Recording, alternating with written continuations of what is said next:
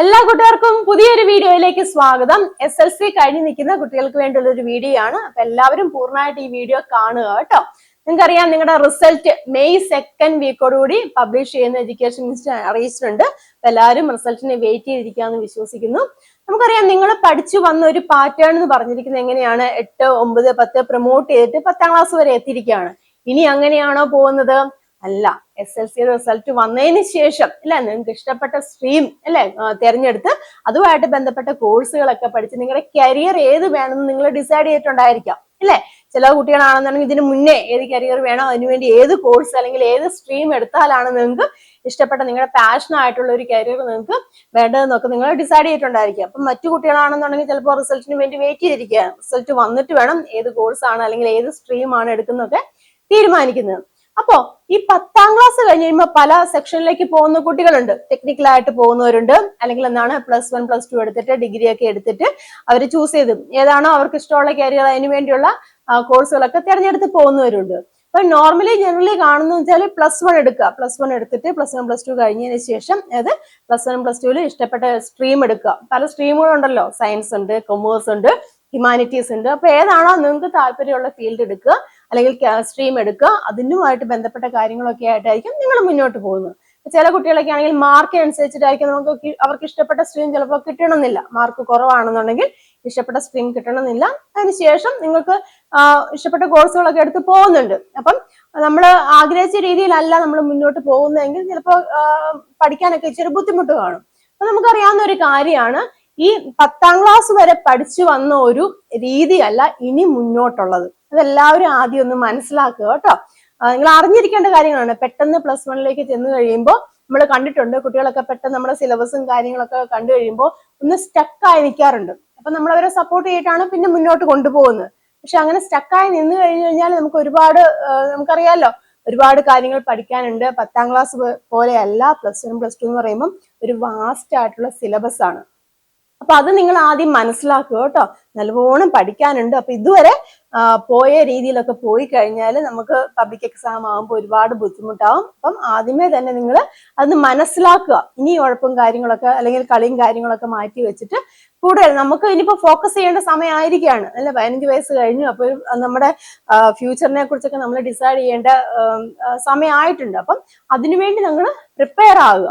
+1ലേക്കൊക്കെ ചെല്ലുമ്പോൾ മെന്റലി അതിനുവേണ്ടി ഒന്ന് പ്രിപ്പയർ ആയിരിക്കും. അപ്പൊ അതിനുവേണ്ടിയുള്ള കുറച്ച് കാര്യങ്ങളാണ് നിങ്ങളിലേക്ക് ഞാൻ പറയാൻ പോകുന്നു കേട്ടോ. അപ്പം ഞാൻ പറഞ്ഞു 10ാം ക്ലാസ് കഴിഞ്ഞ് കഴിയുമ്പോൾ എന്താണ് പല സ്ട്രീം ഉണ്ടെന്ന് പറഞ്ഞു. സയൻസ് എടുക്കാം, കൊമേഴ്സ് എടുക്കാം, അല്ലെങ്കിൽ ഹ്യൂമാനിറ്റീസ് എടുക്കാം. കൊമേഴ്സ് എടുക്കുകയാണെങ്കിൽ അതുമായിട്ട് ബന്ധപ്പെട്ട ഫീൽഡിലേക്കൊക്കെ പോകാൻ ഇച്ചിരി എളുപ്പമാണ്. അല്ലെങ്കിൽ സയൻസ് എടുക്കുകയാണെന്നുണ്ടെങ്കിൽ സയൻസ് സബ്ജക്റ്റുമായിട്ട് ബന്ധപ്പെട്ട കാര്യങ്ങളിലേക്ക് പോകാൻ ഇച്ചിരി എളുപ്പമാണ്. അല്ലാതെ പോകുന്ന കുട്ടികളും ഉണ്ട് കേട്ടോ.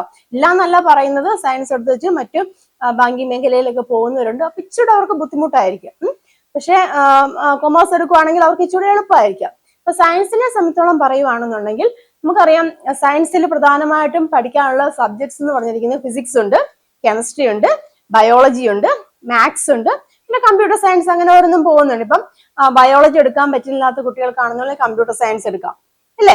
അല്ലെങ്കിൽ എന്താണ് മാത്സ്, ചില സ്കൂളുകളൊക്കെ മാത്സ് ഒഴിവാക്കിയിട്ട്, മാത്സ് ബുദ്ധിമുട്ടാണെന്നുണ്ടെങ്കിൽ മാത്സ് ഒഴിവാക്കിയിട്ട് മറ്റു സബ്ജക്ട്സുകളൊക്കെ കൊടുക്കുന്നുണ്ട്. അപ്പം എന്ത് തന്നെയാണെങ്കിലും പ്രധാനമായിട്ടും പഠിക്കാനുള്ള ഇതൊക്കെയാണ് ഫിസിക്സ്, കെമിസ്ട്രി. ലാംഗ്വേജ് ഉണ്ട് കേട്ടോ. ലാംഗ്വേജ് ഞാൻ ഒഴിച്ചിട്ടാണ് പറയുന്നത്.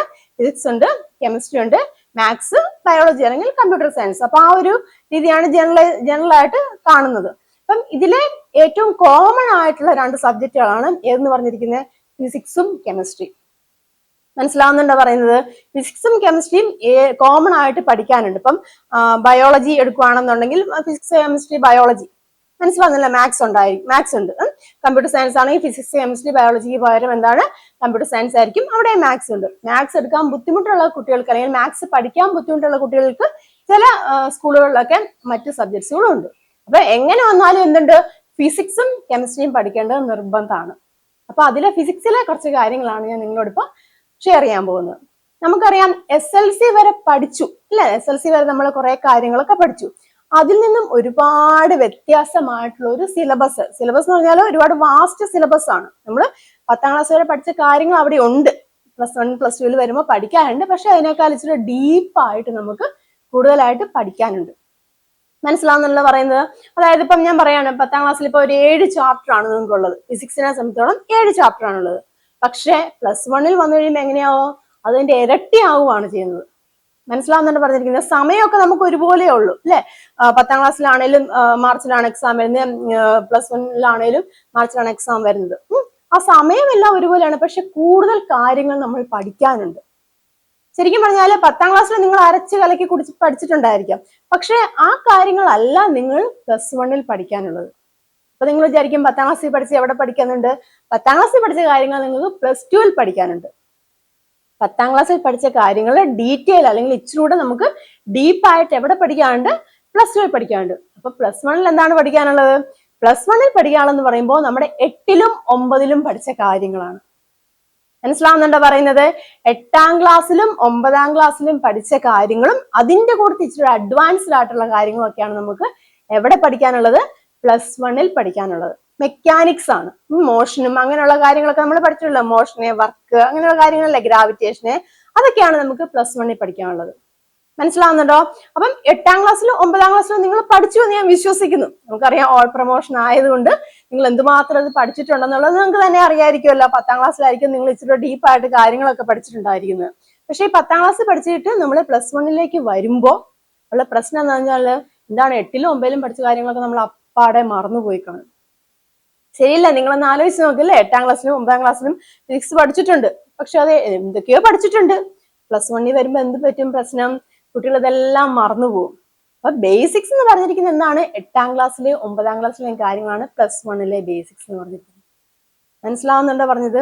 അപ്പൊ അതൊന്നും നിങ്ങൾ അറിഞ്ഞിരിക്കണം. പെട്ടെന്ന് നിങ്ങളൊരു സയൻസ് എടുത്ത് സ്കൂളിലേക്ക് വന്ന് കഴിയുമ്പോൾ ടീച്ചർ ഇങ്ങനെ കാര്യങ്ങളൊക്കെ പറയുമ്പോൾ നിങ്ങളൊന്ന് എന്താണ് സ്റ്റക്കായി പോയി കാണുന്നുണ്ട്. നമ്മൾ കണ്ടിട്ടുള്ളതാണ് കുട്ടികളെ. അപ്പൊ അവരെ ആ ഒരു പാത്തിലേക്ക് കൊണ്ടുവരണം. നമ്മൾ ഒരുപാട് സമയമില്ലേ 8ാം ക്ലാസ്സിലെയും 9ാം ക്ലാസ്സിലെയും കാര്യങ്ങളൊക്കെ നമുക്ക് പഠിച്ചുകൊണ്ട് ഇരിക്കാൻ നമുക്ക് സമയമില്ല. +1 നമ്മളല്ലേ +1 സിലബസ് എന്ന് പറഞ്ഞാൽ 14 ചാപ്റ്ററുകളാണുള്ളത്. അതിൽ ഓരോ ചാപ്റ്റർ എന്ന് പറഞ്ഞിരിക്കുന്നത് നിങ്ങളുടെ ഏകദേശം ഒരു SLCക്ക് പഠിച്ച 2 ചാപ്റ്ററിനോടൊപ്പം ഏകദേശം അത്ര ഉണ്ട്. അത്രയും കണ്ടന്റ് ഉണ്ട് അവിടെ പഠിക്കാൻ. കണ്ടന്റ് മാത്രമല്ല പഠിക്കാനുള്ളത്, കുറെ ഡെറിവേഷൻസ് ഉണ്ട്, എസ്എ ടൈപ്പ് ക്വസ്റ്റ്യൻസുകൾ ഉണ്ട്. നിങ്ങൾ SLCക്കൊന്നും അങ്ങനെ അല്ലെങ്കിൽ 8, 9, 10 ക്ലാസ്സുകളിലൊന്നും അങ്ങനെ ഡെറിവേഷൻസ് ഒന്നും കാര്യമായിട്ട് പഠിച്ചിട്ടില്ല. പക്ഷെ ഇവിടെ എസ്എ ടൈപ്പ് ആയിട്ടുള്ള ക്വസ്റ്റ്യൻസുകളൊക്കെ വരുന്ന ഡെറിവേഷൻസ് ഒക്കെയാണ്, മാത്തമാറ്റിക്കൽ ഡെറിവേഷൻസ് ഒക്കെയാണ് വരുന്നത്. അപ്പം അതൊക്കെ ഒന്ന് നമുക്ക് ക്യാച്ച് ചെയ്ത് എടുക്കണമെന്നുണ്ടെങ്കിൽ പെട്ടെന്ന് എന്ന് കഴിയുമ്പോൾ നമുക്കൊരു ബുദ്ധിമുട്ടായിരിക്കും. മനസ്സിലാവുന്നുണ്ടോ പറഞ്ഞത്? അപ്പം എന്ത് ചെയ്യണം, നിങ്ങൾ 8, 9 ടെക്സ്റ്റുകളൊക്കെ ഉണ്ടെന്നുണ്ടെങ്കിൽ ജസ്റ്റ് ഒന്ന് മറിച്ച് നോക്കുക, വായിച്ചു നോക്കുക, മനസ്സിലാക്കിയിരിക്കുക. എല്ലാ സബ്ജക്റ്റിനും അതുപോലെയാണ്. കെമിസ്ട്രിക്കും ഒക്കെ അതുപോലെ തന്നെയാണ്. മാത്സും ഒക്കെ ഇച്ചിരി ഡീപ്പായിട്ട്, മാത്സിനൊക്കെ ആണെങ്കിൽ സൈനും കോസും കാര്യങ്ങളൊക്കെയാണ് നിങ്ങൾ 10ാം ക്ലാസ്സിൽ പഠിച്ചത്, ട്രിഗ്നോമെട്രി കാര്യങ്ങളൊക്കെ. അതിനേക്കാൾ ഇച്ചിരി ഡീപ്പായിട്ട് നമുക്ക് +1ലും +2ലൊക്കെ പഠിക്കാനുണ്ട്.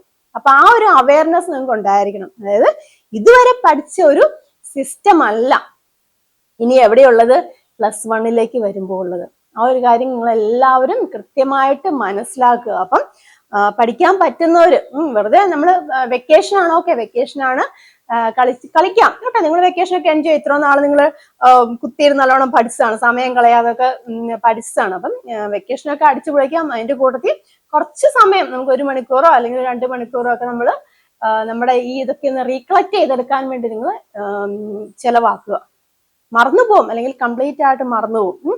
അതുപോലെ തന്നെ ഓർക്കേണ്ട ഒരു കാര്യമാണ്, +1 ആരൊന്നും ബേസിക്സും കാര്യങ്ങളൊന്നും പഠിപ്പിച്ചു തരില്ല. അതിനുള്ള സമയമില്ല. നമുക്കറിയാം ഒരു അക്കാഡമിക് ഇയർ എങ്ങനെയാണ് പോകുന്നത്. ഒരുപാട് ആക്ടിവിറ്റീസും കാര്യങ്ങളുണ്ട്, കലോത്സവവും സ്പോർട്സും അങ്ങനെയുള്ള കാര്യങ്ങളൊക്കെ ആയിട്ട് കുറെ അവധികളും കാര്യങ്ങളും ഒക്കെ വരും. അതിന്റെ ഇടയിൽ ഈ ചാപ്റ്റേഴ്സുകളെല്ലാം പഠിപ്പിച്ചു തീർക്കണം. അപ്പം ടീച്ചേഴ്സ് മിക്കപ്പോഴും അവർ ഓടിച്ചിട്ട് കാര്യങ്ങൾ മെയിൻ പോയിന്റുകളൊക്കെ പറഞ്ഞിട്ടായിരിക്കും അവർ പഠിപ്പിച്ചു പോകുന്നത്. അപ്പം നിങ്ങൾക്കത് എന്തുമാത്രം ക്യാച്ച് ചെയ്യാൻ പറ്റുമെന്ന് നിങ്ങളൊന്ന് ചിന്തിച്ചു നോക്കുക. അപ്പൊ അതിനുവേണ്ടി നിങ്ങൾ മെന്റലി ഒന്ന് പ്രിപ്പയർഡ് ആകുക. പേടിപ്പിക്കാൻ പറയുന്നൊന്നുമല്ല കേട്ടോ, ഉള്ള കാര്യം തന്നെയാണ് പറയുന്നത്. ഒരുപാട് കുട്ടികൾ ഇങ്ങനെ നമ്മൾ സ്കൂളുകളൊക്കെ പഠിപ്പിച്ചുകൊണ്ടിരിക്കുമ്പോൾ ഒരുപാട് സ്ട്രഗിൾ ചെയ്യാറുണ്ട്. പിന്നെ പരീക്ഷയുടെ സമയമാകുമ്പോഴാണ് പിന്നെ അതിനോട്ട് പിന്നെ എന്ത് ചെയ്യണമെന്നുള്ള ഒരു കൺഫ്യൂഷനൊക്കെ ആയിട്ട് കുട്ടികൾ നിൽക്കുന്നതാണ് കണ്ടിട്ടുണ്ട്. അപ്പൊ ഒരുപാട് നമുക്കൊരു സപ്പോർട്ട് ചെയ്യുന്നതിന് ഒരു പരിധിയുണ്ട്. സ്കൂളിലൊക്കെ പഠിപ്പിക്കുമ്പോൾ നമുക്ക് സപ്പോർട്ട് ചെയ്യാന്ന് വെച്ചാൽ കൂടുതൽ സമയം നമുക്ക് ഡീറ്റെയിലേക്ക് പോകാൻ സമയമില്ല. നമ്മുടെ ഇപ്പോഴത്തെ കണ്ടന്റ് പഠിപ്പിച്ചു തീർക്കണം, അത് അത്യാവശ്യമാണ്. അത് നിങ്ങൾ സ്കൂളിലേക്ക് ചെല്ലുമ്പോൾ മനസ്സിലാവും ഏത് രീതിയിലാണ് അവിടുത്തെ ടീച്ചിങ്ങും മെത്തേഡും കാര്യങ്ങളൊക്കെ പോകുന്നുള്ളത്. അപ്പൊ നിങ്ങൾ എന്തായാലും മെന്റലി പ്രിപ്പയർഡ് ആയിരിക്കുക, മനസ്സിലാക്കുക എത്ര ഇങ്ങനെയൊക്കെ കാര്യങ്ങളൊക്കെ ഉണ്ട്. ഫിസിക്സിന്റെ കാര്യമാണ് ഞാൻ പറഞ്ഞത് കേട്ടോ. ഫിസിക്സിന് ഈ 8ലും 9ലെയും കാര്യങ്ങൾ നിങ്ങൾ കംപ്ലീറ്റ് ആയിട്ട് തറവായിരുന്നാൽ മാത്രമേ ഉള്ളൂ എന്ത് +1 വരുമ്പോൾ നിങ്ങൾക്കത് ക്യാച്ച് ചെയ്തെടുക്കാൻ പറ്റത്തുള്ളൂ. ഞാൻ യൂഷ്വലി 9ാം ക്ലാസ്സിലൊക്കെ പഠിപ്പിക്കുമ്പോൾ ഞാൻ എപ്പോഴും പറയുന്ന ഒരു കാര്യമാണ്, ഇത് നിങ്ങൾക്ക് ആവശ്യമുള്ള കാര്യമാണ്. നമ്മളൊക്കെ പഠിപ്പിക്കുമ്പോൾ അങ്ങനെയാണ് പഠിപ്പിച്ചുകൊണ്ടിരുന്നത്. 8, 9 ഒക്കെ 10 ഒക്കെ പഠിപ്പിക്കുമ്പോൾ ഇത് നിങ്ങൾ തറവായിട്ടിരിക്കുക, നിങ്ങൾക്ക് ഹയർ ക്ലാസ്സുകളിലേക്ക് ആവശ്യമുള്ളതാണെന്ന് പറഞ്ഞ് അവരെ മനസ്സിലാക്കി പഠിപ്പിക്കുമായിരുന്നു. അപ്പോൾ എന്താണ്, അവർക്ക് +1 വരുമ്പോൾ അല്ലെങ്കിൽ +2 വരുമ്പോൾ ഈസി ആയിട്ട് അവർക്ക് ക്യാച്ച് ചെയ്തെടുക്കാൻ പറ്റുമായിരുന്നു. അത് എന്തുമാത്രം അങ്ങനെ പഠിപ്പിക്കുന്നുണ്ട്, നിങ്ങളുടെ സ്കൂളിലൊക്കെ എന്തുമാത്രം പഠിപ്പിക്കുന്നുണ്ടെന്ന് അറിഞ്ഞുകൂടാ. അപ്പൊ അങ്ങനെ ഒരു, ഞാൻ എപ്പോഴും വീഡിയോസ് ഇടുമ്പോഴും ക്ലാസ്സുകളൊക്കെ എടുക്കുമ്പോഴും ആ ഒരു മെത്തേഡിലാണ് പഠിപ്പിച്ചു പോകുന്നത് കേട്ടോ. അപ്പൊ നിങ്ങളൊന്ന് മനസ്സിലാക്കിയിരിക്കുക കേട്ടോ. SLC ഇപ്പോൾ കഴിഞ്ഞിരിക്കുന്ന കുട്ടികൾ കൃത്യമായിട്ട് ഫോളോ ചെയ്ത് പോവുക, സിസ്റ്റമാറ്റിക് ആയിട്ട് പഠിച്ചു പോകാൻ വേണ്ടി ശ്രദ്ധിക്കുക. കുറച്ച് സമയം ഈ പഴയ കാര്യങ്ങളൊക്കെ ഒന്ന് പഠിച്ചെടുക്കാൻ, റീകളക്ട് ചെയ്ത് എടുക്കാൻ നിങ്ങൾ ശ്രമിക്കുക, ശ്രദ്ധിക്കുക. എങ്കിലുള്ളൂ നമുക്ക് +1 ഓരോ ചാപ്റ്ററും, ഞാൻ പറഞ്ഞില്ല എക്സാമ്പിൾ മോഷൻ നമ്മൾ പഠിച്ചാണ്, ലോസ് ഓഫ് മോഷൻ പഠിക്കാനുണ്ട് +1. ഗ്രാവിറ്റേഷൻ പഠിക്കാനുണ്ട് +1. വർക്ക് എനർജി പഠിക്കാനുണ്ട്, സൗണ്ട് ഇല്ലേ, സൗണ്ടിനെ കുറിച്ച്, സൗണ്ട് വേർബ്സിനെ കുറിച്ചും കാര്യങ്ങളൊക്കെ പഠിക്കാനുണ്ട്. മനസ്സിലായല്ലോ? അതുപോലെ തന്നെ പല പല കാര്യങ്ങളും, ഫ്ലൂയിഡ്സ് നമ്മൾ പഠിച്ചാണല്ലോ, ഫ്ലൂയിഡ്സിന്റെ കുറച്ച് കാര്യങ്ങളൊക്കെ പഠിച്ചാണ്. അപ്പൊ ഫ്ലൂയിഡ്സിന്റെ കുറച്ച് കാര്യങ്ങളൊക്കെ പഠിക്കാനുണ്ട്, അത് ഇച്ചിരി ഡീപ്പായിട്ട് തന്നെ പഠിക്കാനുണ്ട്. അപ്പൊ അതൊക്കെ എന്ത് ചെയ്യണം, നിങ്ങൾ റീകളക്ട് ചെയ്ത് പഴയ വീഡിയോസ് ഒക്കെ ഉണ്ടെങ്കിൽ കാണുക, അല്ലെങ്കിൽ ടെക്സ്റ്റ് ബുക്കുകളൊക്കെ ഉണ്ടെന്നുണ്ടെങ്കിൽ വായിച്ചൊക്കെ നോക്കുക. ആ ഒരു അവയർനെസ് നിങ്ങൾക്ക് ഉണ്ടായിരിക്കണം. ആ ഒരു അവയർനെസ്സോട് കൂടി വേണം നിങ്ങൾക്ക് +1 പോകാൻ. അപ്പം പതിയെ നിങ്ങൾ എല്ലാവരും മനസ്സിലാക്കുക. കിട്ടുന്ന സമയം, കുറച്ച് സമയമാണെങ്കിലും 1 മണിക്കൂറോ 2 മണിക്കൂറോ ഒക്കെ ഉപയോഗപ്പെടുത്തി ഒന്ന് പഠിക്കാൻ വേണ്ടി ശ്രമിക്കുക. കംപ്ലീറ്റ് ആയിട്ട് നമുക്ക് എന്താണ് കളിയിലേക്കും അല്ലെങ്കിൽ വെക്കേഷൻ മൂഡിലേക്കും പോകാതെ പഠിച്ചു പോവുക. കാരണം എന്ന് വെച്ചാൽ നിങ്ങൾക്കറിയാം, ഓഗസ്റ്റ് സെപ്റ്റംബർ മാസങ്ങളിലൊക്കെ ആകുമ്പോൾ എക്സാം വരുമ്പോൾ ഫിസിക്സിന്റെ കേസിൽ വരികയാണെങ്കിൽ ഏകദേശം ഒരു 4 ചാപ്റ്റർ ഒക്കെ എന്തായാലും ഓണപരീക്ഷയ്ക്കുണ്ട്.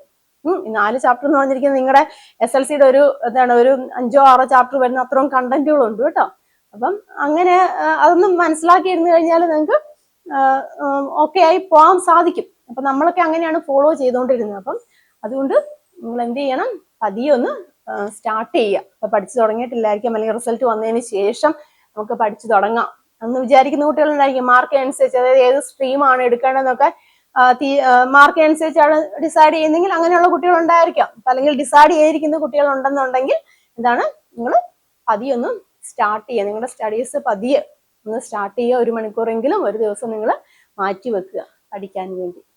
അപ്പം ഇങ്ങനെയുള്ള കുറച്ച് കാര്യങ്ങളൊന്ന് നിങ്ങളുമായിട്ടൊന്ന് ഷെയർ ചെയ്യാൻ വേണ്ടിയാണ് ഇപ്പൊ ഞാനൊരു വീഡിയോ ചെയ്തു കേട്ടോ. അപ്പം ഡൗട്ടുകളൊക്കെ ആണെന്നുണ്ടെങ്കിൽ കമന്റ് ചെയ്യുക. ഫിസിക്സിന്റെ വീഡിയോസുകളൊക്കെ നമ്മൾ ഇനി പുതിയ സിലബസിലുള്ള വീഡിയോസുകളൊക്കെ വരുന്നതായിരിക്കും. നിങ്ങൾ എല്ലാവരും കാണുക. ഡൗട്ടുകളൊക്കെ ആണെന്നുണ്ടെങ്കിൽ കമന്റ് ചെയ്യുക കേട്ടോ. എന്ത് തരത്തിലുള്ള വീഡിയോസുകളാണ് നിങ്ങൾക്ക് വേണ്ടതെന്നുള്ളത് ഫിസിക്സുമായിട്ട് ബന്ധപ്പെട്ട +1 വീഡിയോസുകളെല്ലാം നമ്മൾ ചെയ്യുന്നതായിരിക്കും. നിങ്ങൾക്ക് ആവശ്യമുള്ള കണ്ടന്റുകൾ ഉൾപ്പെടുത്തി തന്നെ ചെയ്യുന്നതായിരിക്കും. അപ്പൊ നിങ്ങൾ എല്ലാവരും ഒന്ന് മനസ്സിലാക്കിയിരിക്കുക, പഠിക്കാൻ വേണ്ടി ശ്രമിക്കുക. അപ്പൊ ഈ പറഞ്ഞ കാര്യങ്ങളൊക്കെ നിങ്ങൾക്ക് മനസ്സിലായി കാണുമെന്ന് വിശ്വസിക്കുന്നു. ഏത് രീതിയിലാണ് നമ്മൾ മുന്നോട്ട് ഇനി പോകേണ്ടതെന്നുള്ളൊരു ഔട്ട്ലൈൻ ആണ് കേട്ടോ ഞാൻ പറഞ്ഞത്. അപ്പൊ നിങ്ങളുടെ SLC കഴിഞ്ഞിരിക്കുന്ന നിങ്ങളുടെ കൂട്ടുകാരിലേക്കൊക്കെ ഈ വീഡിയോ ഷെയർ ചെയ്യുക. ഒന്ന് അവെയർ ആയിരിക്കുക, ഇതൊക്കെ കാര്യങ്ങളാണ് നിങ്ങൾക്ക് +1 വരുമ്പോൾ ഉള്ളതെന്നുള്ളതിനെ കുറിച്ചൊരു അവെയർ ആയിരിക്കുക. അപ്പം നമുക്ക് ബുദ്ധിമുട്ടില്ലാതെ മുന്നോട്ട് പോകാൻ സാധിക്കും. പറഞ്ഞ കാര്യങ്ങളൊക്കെ നിങ്ങൾക്ക് മനസ്സിലായി കാണുമെന്ന് ഞാൻ വിശ്വസിക്കുകയാണ്. അപ്പൊ ഇതുപോലുള്ള മറ്റൊരു വീഡിയോ ആയിട്ട് നമുക്ക് വീണ്ടും കാണാം. എല്ലാവർക്കും നന്ദി, നമസ്കാരം, താങ്ക് യു.